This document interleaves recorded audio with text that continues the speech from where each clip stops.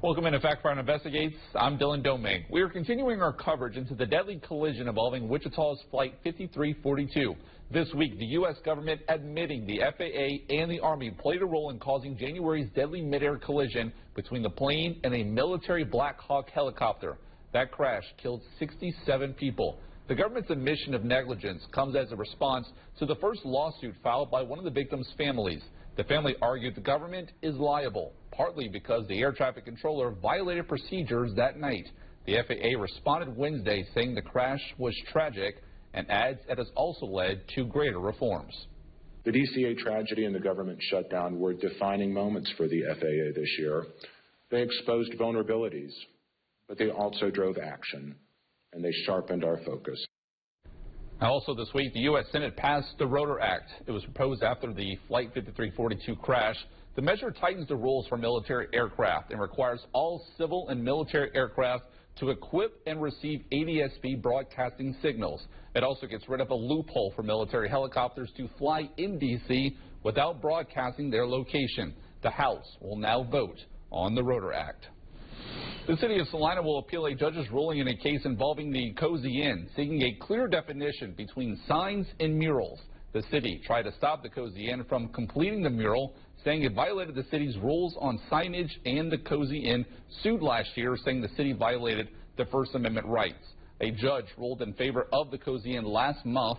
The city's appeal does not aim to stop the Cozy Inn from finishing the mural. Instead, the city is seeking clarity from a judge on what constitutes a sign. A follow-up to the closure of Temple Live. Some people who bought tickets for events in the venue reached out to 12 News saying they have not received a refund yet. Ana Valdez has the details. 3 months have passed since the closure of Temple Live at the Wichita Scottish Rite Center. Back in September, local bands expressed frustration for the closure. It's a blow to the acts we're going to get to come to Wichita, and that's just a disappointment for everybody. Today, the frustration is with customers who still have not received refunds for their Temple Live tickets. BD Capital Group is the owner of Temple Live, and since the closure, it has gone silent. We attempted to email them and call them, but got this message.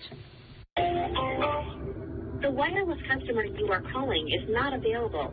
Please try again later. The Better Business Bureau advises customers to reach out to your bank to find a solution if you have not received a refund yet. But you also want to report it to the impacted party. So if you used your bank account's credit card, they should know about the experience. If you used, your internal, if you used a prepaid debit card, that bank should know about the experience. If you used Venmo or Zelle or Cash App, they should know about the experience.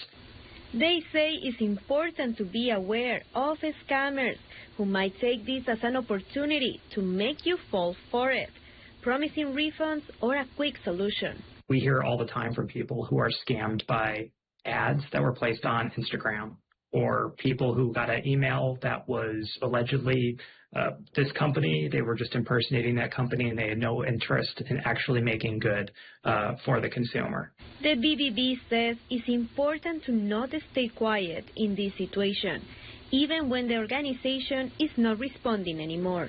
Right? You have a lot of power to ensure that that company, even if they vanish, is ultimately held accountable for their actions. Companies shouldn't just be able to escape into the night, even if they aren't able to make do or good on their promises. In Wichita, I'm Ana Valdez, 12 News. Sedgwick County filing a more than $1 million theft report against an online auction company. Now the county commission looks to reimburse that money to the district court. When a property owner doesn't pay taxes, eventually it foreclosed and then it goes to auction. The county says that company hired to do that is Civic Source, and it owes the county about $1.3 million from the sale of those properties.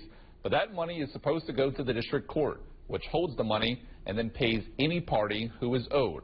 Now, at the meeting this week, the county says that they still haven't received the money from Civic Source, so the board approved paying the nearly $1.3 million to the district court. But Sedgwick County is still looking to get its money back from Civic Source.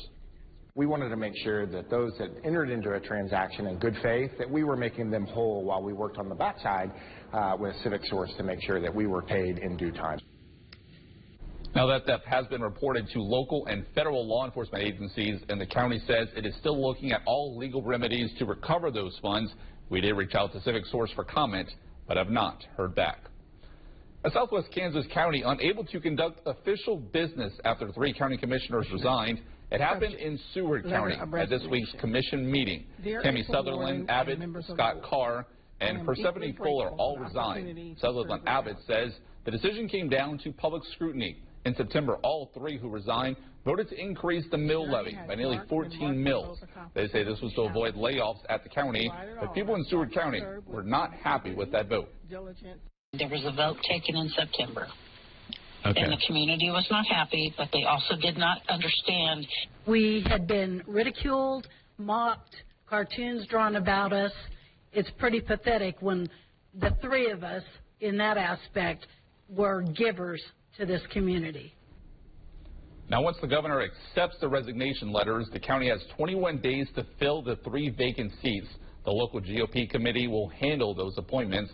But for this week's mass resignations, the commissioners approved pay for the next 2 weeks.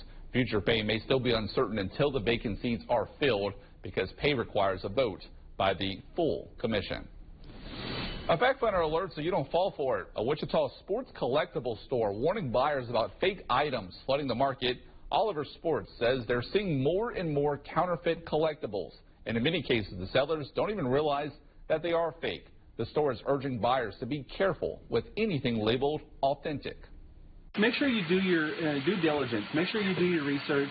If the price is too good to be true, there's probably a reason for it.